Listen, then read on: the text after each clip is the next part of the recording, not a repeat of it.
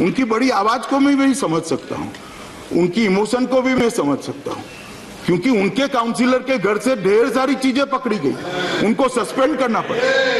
मैं एक पूरे भाषण को पॉलिटिकल करना नहीं चाहता, मगर इतना पॉलिटिकल जब आप बोलोगे भाई तो मुझे भी स्पष्टता करनी पड़ेगी।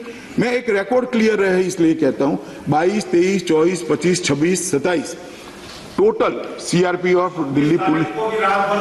जब बैठिए आप अपने आपको अलाउ नहीं कर रहे हैं, प्लीज बैठ जाइए, बैठ जाइए, बैठ जाइए, नॉट यील्डिंग।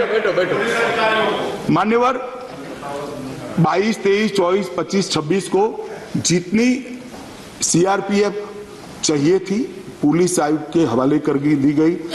दिल्ली पुलिस को भी पूरा कंसंट्रेट कर सीमाओं में डाल दिया गया, परंतु इसके साथ जहां दंगा होने की संभावना है वहां पर भी तो डिप्लॉयमेंट करना पड़ता है। तो सवाल उठाए जा रहे थे 80 कंपनियां थी, फिर क्यों हुआ? इतने छोटे से एक क्षेत्र में 80 कंपनियां थी, क्या कर रही थी? तो भाई हमें चांदनी चौक भी संभालना था, हमें मुस्तफाबाद भी संभालना था। जहां और जगह पे दंगे हो की संभावना है वहां पर भी तैनाती करनी पड़ती है। तो मैं किसी सदस्य के जवाब में नहीं कह रहा, मैं वास्तविक स्थिति बता रहा हूं कि पुलिस की स्थिति क्या थी। मान्यवर, अब मैं थोड़ा भाषणों के लिए बहुत सारी बातें हुई यहां पर, हेट स्पीचेस के लिए बहुत सारी बातें। मैं इतना ही कहना चाहता हूं मान्यवर कि हेट स्पीचेस सीएए के लाने के तुरंत बाद शुरू हुई। पूरे देश भर में, बहुत दुख के साथ मैं कहना चाहता हूं, पूरे देश भर में माइनॉरिटी के मन में और विशेषकर मुसलमान भाइयों बहनों के मन में एक भय बैठा दिया गया कि आपकी नागरिकता सीएए छीन लेगा। इस सदन में सारी पार्टियों के नेता उपलब्ध हैं, सारे लोग हैं। मैंने सबके जवाब नाम दे दे कर दिए थे कि भाई मुझे कोई धारा बता दो, कोई क्लॉज बता दो जिसके अंदर ये कानून में किसी की भी नागरिकता लेने का प्रोविजन हो, किसी धारा का उपयोग कर किसी की नागरिकता छीन सकते, ऐसे दूर दूर तक दूरबीन से भी दिखाई पड़ता। मैं आज भी कहना चाहता हूं देश भर के मुसलमान भाइयों बहनों को कि ये गलत अफवाहें फैलाई जा रही है। सीएए किसी की नागरिकता लेने का कानून है ही नहीं, सीएए नागरिकता देने का।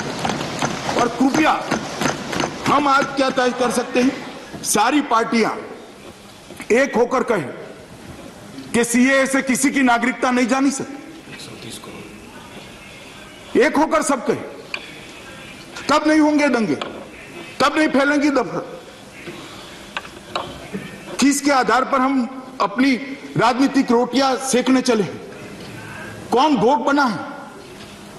और मैं कहता हूं कि ये सदन में बैठे हुए सारे विद्वान लोग हैं, कपिल सिब्बल साहब सुप्रीम कोर्ट के बहुत बड़े अधिवक्ता है, सीएए कानून में कोई प्रोविजन मुझे ऐसा बता दो कि जिससे मुसलमानों की नागरिकता चली जाएगी, प्लीज मुझे बता दीजिए। नहीं सिब्बल साहब, मैं बता, पहले जब कहे तो बताइए। मैं सीएए की बात कर रहा हूं, नाम लेने से क्या? मैं सीएए की बात, आप बैठे ना, बेटी कुछ और गृह मंत्री जी, कोई ये नहीं कह रहा कि सीएए किसी की नागरिकता के छीनेगा, हम नहीं कह रहे।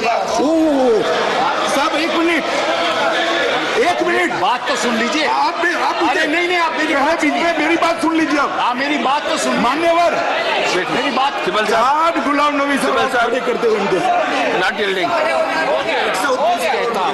कानून ये कहता है कि जब एनपीआर होगा उसमें 10 सवाल, बात तो सुनिए मेरी, एनपीआर होगा उसमें 10 सवाल और पूछे जाएंगे, और जो एन्यूमरेटर है, जो राज्य सरकार का अध्यक्ष है, वो जाकर को पूछेगा, ये भी बता देता हूं, उसके बाद वो डी लगा देगा डाउटफुल, उसके बाद इंक्वायरी शुरू होगी। और ये मुसलमानों के प्रति नहीं है, ये गरीब लोगों के प्रति है, ये जो दलित लोगों के प्रति है, ये सब लोग। प्लीज सिब्बल साहब, मैं रिकॉर्ड पे कुछ कहना चाहता हूँ, शायद आपके काम में है। बैठिए सिब्बल जी, सिब्बल जी बैठ जाइए।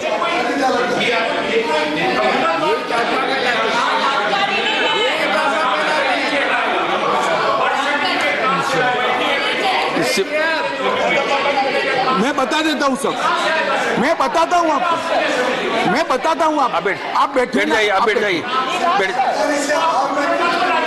आप बैठ।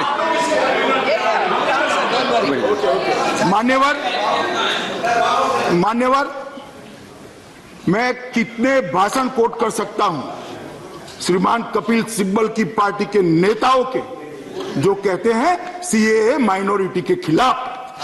बता दे किस तरह से माइनॉरिटी के खिलाफ, किसी के, मैं आपको बताता हूं मान्यवर, मान्यवर कपिल सिब्बल साहब, माननीय सदस्य ने, बेटे मत बोलिए ना। माननीय सदस्य ने कहा कि एनपीआर के अंदर डॉक्यूमेंट मांगेंगे। मैंने खुद स्पष्टता करी है, प्रेस रिलीज किया है कि एनपीआर के अंदर कोई डॉक्यूमेंट मांगा नहीं जाएगा। एक दूसरा पहले के एनपीआर में भी नहीं मांगा गया था, इसमें भी नहीं मांगा जाएगा। दूसरा, उन्होंने कहा था इंफॉर्मेशन नहीं है तो हम क्या करें, इसकी भी स्पष्टता प्रेस रिलीज कर दी है कि जितनी इंफॉर्मेशन देनी है उतनी देने के लिए आप आजाद हो, पूरा ऑप्शनल है।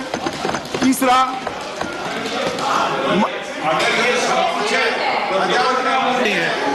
लेकिन ये आप लोगों ने स्पष्ट नहीं किया, ये आप लोगों ने स्पष्ट नहीं किया। एक मिनट, मैं लोकसभा, मान्यवर, मैं आपको बताता हूं, चलो आपने अब तक नहीं सुना, मेरी बात आप तक नहीं पहुंची, तो मैं अभी कह देता हूं, लीजिए पहुंच गई, आमने सामने बैठे हैं, कृपया आप समर्थन करिए। मैं आपको भाई एक मिनट, मैं स्पष्टता के साथ कहता हूं, एनपीआर में कोई डॉक्यूमेंट मांगा नहीं जाएगा। एक, दूसरा, जो इंफॉर्मेशन आपके पास नहीं है वो आप नहीं दे सकते हो। और तीसरा, कोई डी भी, मैं कह रहा हूं गृह मंत्री नाते राज्यसभा के पटल पर कह रहा हूं कि कोई डी लगने वाला नहीं किसी को। अब मेरी बात तो समझ, किसी को,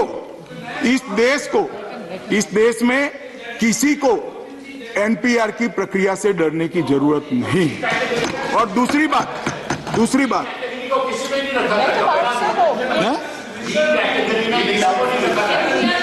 आप बता दीजिए, मैंने बताया ना, जिसकी इंफॉर्मेशन खाली होगी उसको डी में डाला जाएगा, जो आपने कहा। अरे सुनो ना, अरे बैठ जाओ, मान्यवर, मुझे पूरी बात कहने दो। अरे पूरी बात तो कहने दो, बैठ जाओ पहले। एक मिनट, मुझे सुनकर बताओ, एक मिनट, अरे मुझे सुनकर बताओ, पूरी बात सुनो पहले पूरी बात सुनो। एक मिनट, ओ डायरेक्ट, भाई एक मिनट मुझे सुन लीजिए, मैं क्या कह रहा हूं, बैठ जाइए, मैं जवाब देता हूं ना। अरे विनय विश्वम जी, मैं जवाब देता हूं, सुनिए तो, मुझे बोलने भी नहीं देंगे यार। एक सेकंड, आप सुनिए ना, मगर भाई को बैठिए भैया, थोड़ी सहिष्णुता बढ़ाइए, मुझे बोलने भी नहीं देंगे। तो मर गया, ऐसा नहीं है, मेरी बात सुनिए। मैं ये कह रहा हूं कि मैं अजीब, सुनिए, अभी मेरा वाक्य भी पूरा नहीं हुआ, खड़े हो गए। जिसकी जगह खाली होगी कोई भी, इसको डी लगा देंगे। जैसा आप कहते हैं ऐसा होने वाला नहीं है। मैं आप बोले अभी, मान्यवर, एक सेकंड, नहीं लगेगा।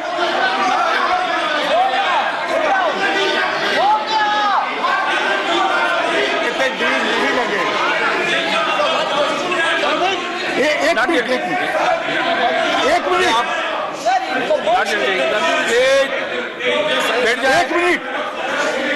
मिनट, आई थिंक गृह मंत्री जी कह रहे हैं, अगर मैं अच्छी तरह से सुना, कि डी किसी के सामने नहीं लगेगा। हाँ जी, यही कह रहे हैं। हाँ जी, तो डी नहीं लगेगा जी। अच्छा ठीक। अब फिर भी सुनो भाई, अरे प्लीज क्यों बात कर रहे हो? फिर भी बैठ जाए हलवाई जी, 2 मिनट बैठिए। मान्यवर, फिर भी मैं कहता हूं गुलाम नबी आजाद, आप बैठ जाइए ना, आप बैठ जाइए ना। मान्यवर, फिर भी मैं कहता हूं गुलाम नबी आजाद सबसे वरिष्ठ हैं, नेता प्रतिपक्ष हैं। आनंद शर्मा जी गृह समिति, हमारी गृह की स्टैंडिंग कमेटी के अध्यक्ष हैं। विपक्ष के किसी भी सदस्य को अगर इसके बारे में डाउट है, गुलाम नबी साहब प्लीज लेकर आप आइए, मैं प्रायोरिटी के साथ आपको समय दूंगा।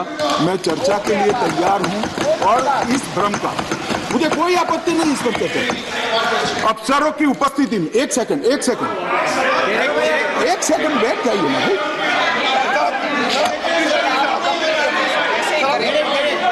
सर इनको कंप्लीट करना दीजिए। मान्यवर, मैं कहता हूं नहीं, Anand ji, He should be allowed to give the answer. They will not clear him out and then they walk out. Sharma ji एक मिनट।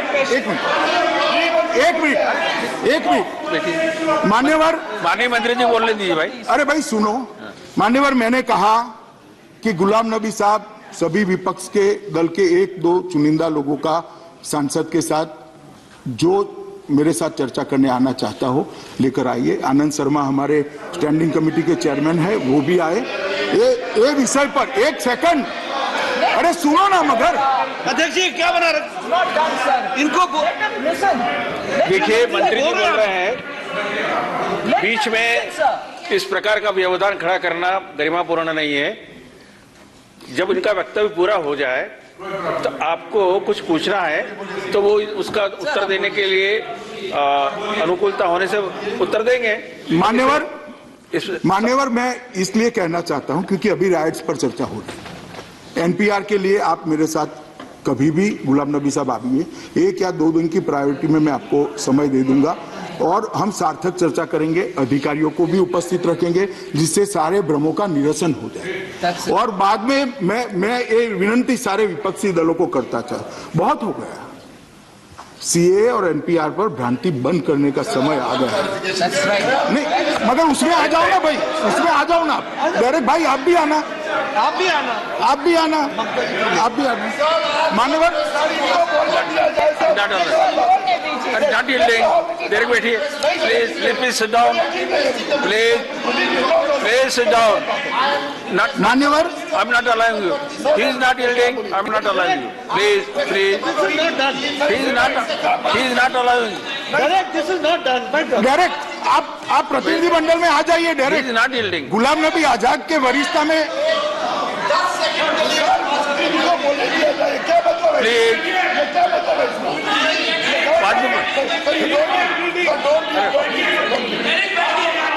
देर बैठिए। मान्यवर, Please sit down. Yes.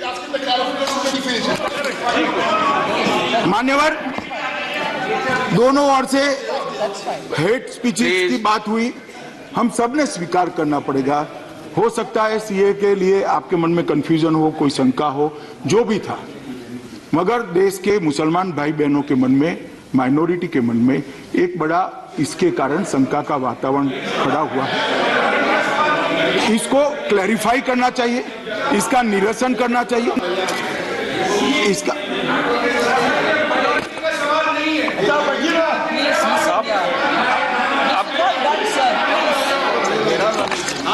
देखिए, मान्यवर, मैं किसी के नाम वगैरह देना नहीं चाहता, परंतु हेट स्पीचेस के लिए जो बातें की गई और कुछ सदस्यों ने सीआरपीसी के और आईपीसी के दफाएं भी कोट की, मैं सभी को कहना चाहता हूं कि रिसेंटली जो राइट्स हुए उसके पहले क्या हुआ। मान्यवर, 15 दिसंबर को, 14 दिसंबर को शाहीन बाग नहीं हुआ था। शाहीन बाग को शांत प्रोटेस्ट है, हमने कभी इस प्रकार से नहीं कहा कि भाई किसी को अधिकार नहीं। सवाल लोगों की सुविधा का है, लोगों की सुविधाएं नहीं तोड़ना चाहिए। एक प्रदर्शन की एक जगह होती है, वहां बैठकर प्रदर्शन करना चाहिए और ऐसी जगह भी दिल्ली में निश्चित है। हजारों हमने भी किए, आपने भी किए, प्रदर्शन करने की जगह वहां सब बैठकर प्रदर्शन कर सकते हैं, डेमोक्रेटिक राइट्स है, इसमें कोई आपत्ति नहीं। परंतु 14 दिसंबर को जो भाषण हुए मान्यवर रामलीला मैदान में, इसके अंदर काफी सदस्यों ने कहा है कि आर पार की लड़ाई करिए, नहीं निकलेंगे तो कायर कहलाए जाओगे। अब उसके बाद 15 दिसंबर को शाहीन बाग का धरना हुआ मान्यवर, और उसी दिनों में पहली बार प्रोटेस्ट हुई। हालांकि वो कौमी दंगे नहीं थे, प्रोटेस्ट करने वाले और पुलिस के बीच की झड़प थी। ये 15 को ही हुआ। तो हेट स्पीचेस का असर किसका हुआ है वो मैं कहना चाहता हूं मान्यवर। 17 फरवरी को एक युवा ने अमरावती महाराष्ट्र में भाषण कर दिया कि जब ट्रंप यहां पर आते हैं, विश्व के सबसे शक्तिशाली व्यक्ति, तब मालूम पड़ना चाहिए कि हिंदुस्तान के हुक्मरानों के सामने हमारी भावनाएं क्या है। रोड पर आ जाइए और ताकत दिखाइए। ये हेट स्पीच का सीधा असर 24 तारीख को दिखा, 23 तारीख को दिखा। 23 तारीख को 7-8 धरने लग गए। ये हेट स्पीच का असर है। 19 फरवरी को एक पार्टी के नेता ने कहा कि हम 15 करोड़ है, चिंता की बात नहीं, हम 15 करोड़ 100 करोड़ पर भारी।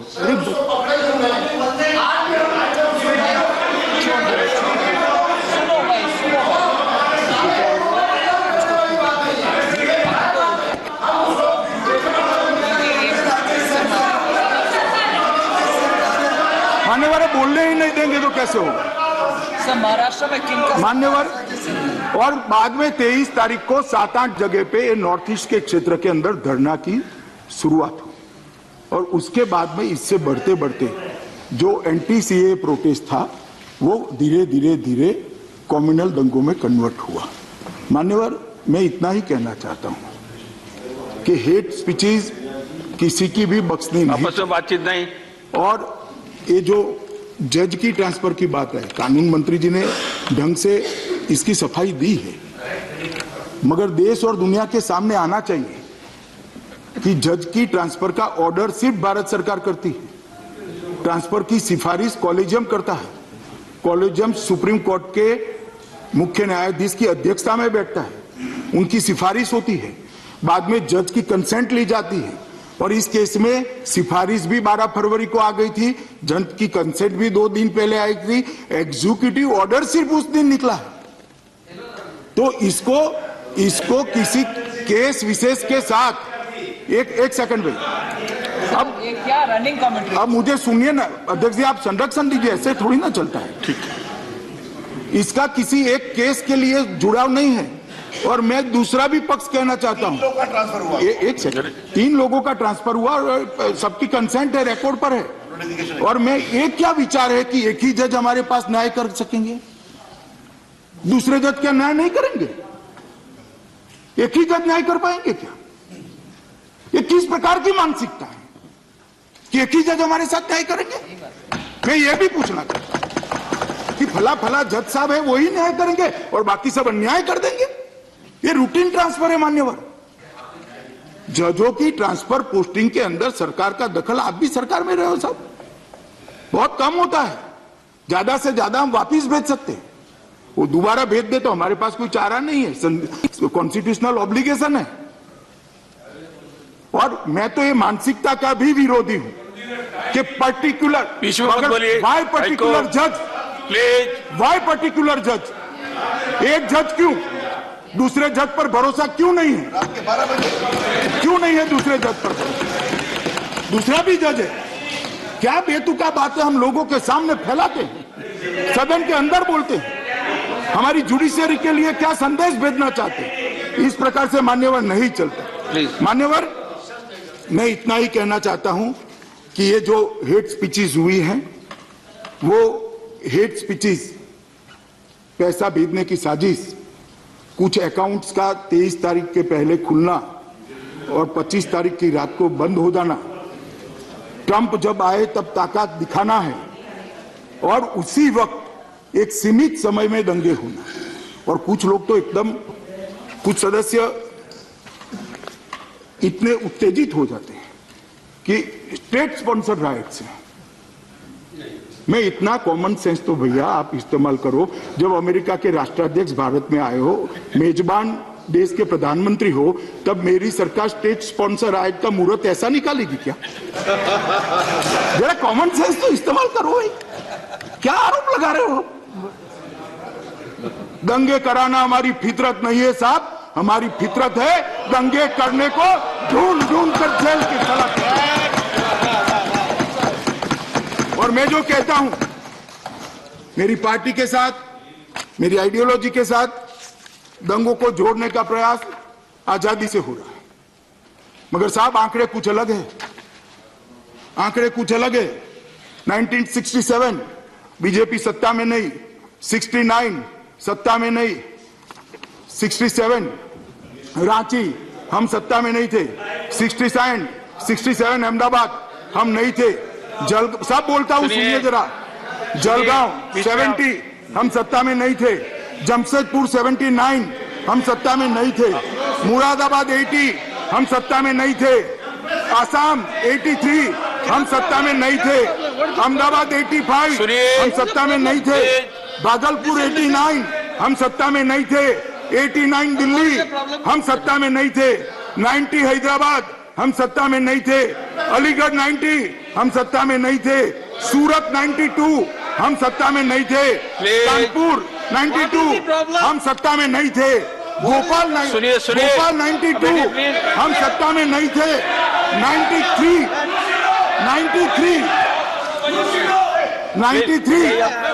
मुरादाबाद 93 मुंबई। सुनना पड़ेगा, सुनना पड़ेगा। He is not yielding. Please sit down. Please sit down. मैं बोलूं सर? मान्यवर 93 मुंबई हम सत्ता में नहीं थे, हम सत्ता में थे सिर्फ गुजरात में राइट्स हुए। राइट्स में मरने वाले 76% लोग कांग्रेस के शासन में मारे गए हैं। मेरी पार्टी पर क्या आरोप लगाते हैं? मान्यवर मैं इतना ही कहना चाहता हूं मान्यवर, मगर शासन किसका था? शासन किसका था? मान्यवर मैं इतना ही कहना चाहता हूं, कांग्रेस के समय में दंगे हुए, इन्होंने भी इसको शांत करने का प्रयास किया होगा, हमारे समय में हुए, हम भी कर रहे हैं, परंतु इसको मेरी पार्टी और मेरी आइडियोलॉजी के माथे बढ़ने का प्रयास निंदनीय है। जब हकीकत उल्टी है कि 76% लोग राइट्स में मारे गए हैं, कांग्रेस के शासन में मारे गए हैं। ये रिकॉर्ड है मान्यवर, रिकॉर्ड। अरे सुनना पड़ेगा, शुरुआत मैंने नहीं की है, शुरुआत मैंने नहीं की है साहब, उनको सुनना पड़ेगा।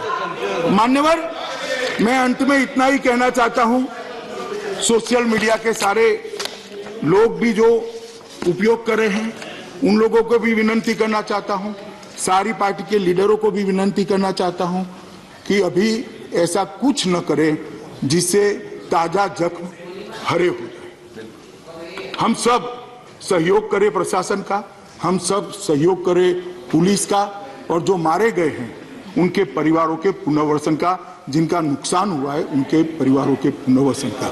मैं फिर से अंत में इतना ही कहना चाहता हूं कि सीएए के कारण, एनपीआर के कारण मेहरबानी करके इस देश की माइनॉरिटी के एक भी व्यक्ति को शंका न रखें। मैंने सभी सदस्यों को कहा है, गुलाम नबी जी के नेतृत्व में, आनंद शर्मा के नेतृत्व में, जिसको भी कोई कंफ्यूजन है कृपया आप मेरे पास आइए, मैं चर्चा करूंगा और बताऊंगा कि ये किस तरह से किसी की भी हानि नहीं हो सकती। दूसरी बात मान्यवर, दूसरी बात मैं अंत में इतना ही कहना चाहता हूं कि जो मर गए हैं उनके परिवारों के नुकसान की भरपाई मैं नहीं कर सकता, मैं ईश्वर नहीं हूं मान्यवर, मगर मैं इतना ही कहना चाहता हूं, जिनके घर जले हैं, दुकानें जली है, जिनके शरीर को ईजा आई है और जिनके परिवारों की जान चली गई है, आप इतना भरोसा रखना, एक भी दंगाई छूट न पाए, किसी भी धर्म, किसी भी जाति, किसी भी पार्टी का, इसका हम भरोसा दें।